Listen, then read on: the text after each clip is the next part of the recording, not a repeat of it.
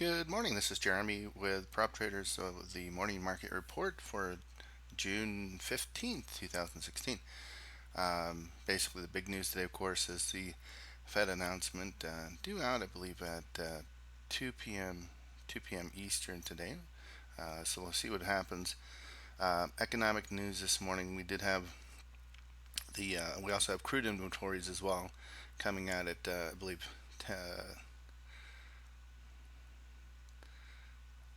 around 8:30 Eastern, 10:30 Eastern time, and we had the um, PPI index come out this morning and that's the producer price index, and that was a little bit above average, so a little better than expected. This morning, we're looking for zero point 0.3, came out at 0.4%, but the year-over-year index actually is down 0.1%, so in line with expectations. Didn't affect our markets a whole lot. So what we're going to be looking at for today is, of course, the big Fed announcement. I don't think they're going to do anything. That means generally that the market conditions aren't good. That might bring us back up into, um, you know, bumping up into that resistance around 45.20 here in the Nasdaq. Um, anyway, we'll see. We'll see what happens as the markets open up here briefly, just for a few minutes here. I would expect resistance before the announcement. If we do get some bids into the market around 40, um, around 44.55 here, somewhere in there, and look at the 5 minute chart here.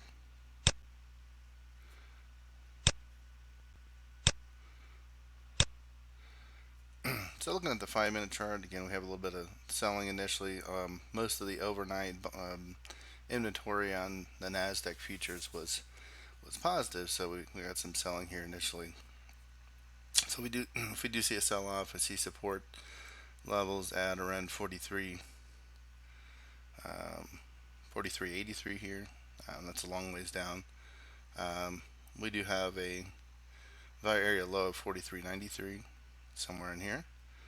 So again, if we do get some selling here, we got a long ways to go before we see any support. But I think we're going to just chop around into kind of this general area till we get the announcement, and we'll see what happens after that. Um, we also have the Brexit vote next week as well. So um, we'll look at the ES S&P index here.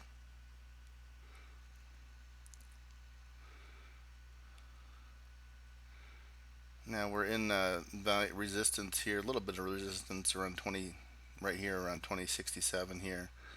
Um, and the next area of resistance should be around 2085 up here. We'll look at it as from a daily chart here.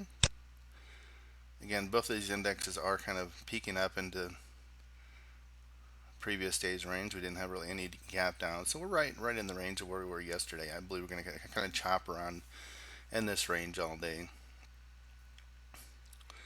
So again, I would look for resistance around 2073 here in the ES, support around the 20, the overnight low around um, 2060, and then possibly 2050 again.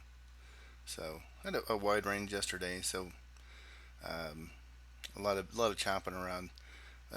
As you can see, is a little bit of a doji yesterday, so you can see that there wasn't much.